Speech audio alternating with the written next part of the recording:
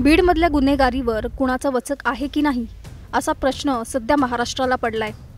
कारण दिवसागणिक बीडमधली गुन्हेगारी चव्हाट्यावर येते। अशातच परळीतील आणखी एक घटना समोर आली आहे, ज्यामुळे बीडवासीय हादरून गेलेत। नेमकी काय आहे ती घटना? संतोष देशमुखांपाठोपाठ आणखी एका सरपंचाला संपवण्याचा प्रयत्न। बीडमध्ये नेमकं घडलंय तरी काय? या प्रश्नांची उत्तरं या व्हिडिओतून जाणून घेऊया। त्यासाठी हा व्हिडिओ शेवटपर्यंत पाहत राहा आणि टाइम्स नाऊ मराठीला लाईक, फॉलो आणि सबस्क्राइब करा। मस्साजोगचे सरपंच संतोष देशमुख प्रकरणाने बीड जिल्ह्याला मुळापासून हादरवून सोडलं। या घटनेनंतरही बीड जिल्ह्यात प्रत्येक दिवसागणिक कायदा सुव्यवस्थेचा प्रश्न गंभीर बनत चाललाय।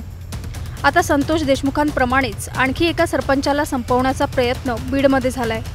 परळी तालुक्यातल्या वसंतनगर ग्रामपंचायतीच्या महिला सरपंचाच्या कुटुंबावर प्राणघातक हल्ला करण्यात आलाय। या घटनेमुळे बीड जिल्हा पुन्हा एकदा हादरलाय।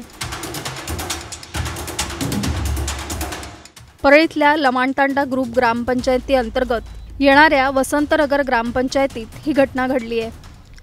सरपंचपदाचा राजीनामा का देत नाही यावरून महिला सरपंच शाहूबाई विजय राठोड यांच्या कुटुंबावर हल्ला झालाय।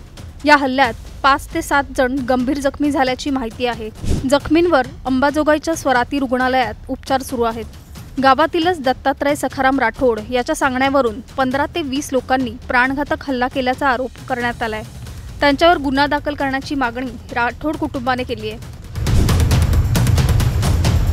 महिला सरपंचाच्या कुटुंबावरील हल्ल्यावरून बीडमध्ये पोलिसांचा धाक उठलाय की नाही असा सवाल केला जातोय।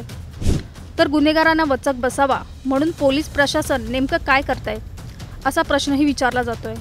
दरम्यान बीडचे पालकमंत्री अजित पवार बीडमधल्या गुन्हेगारीला आळा घालण्यासाठी ठोस पावलं उचलणार का?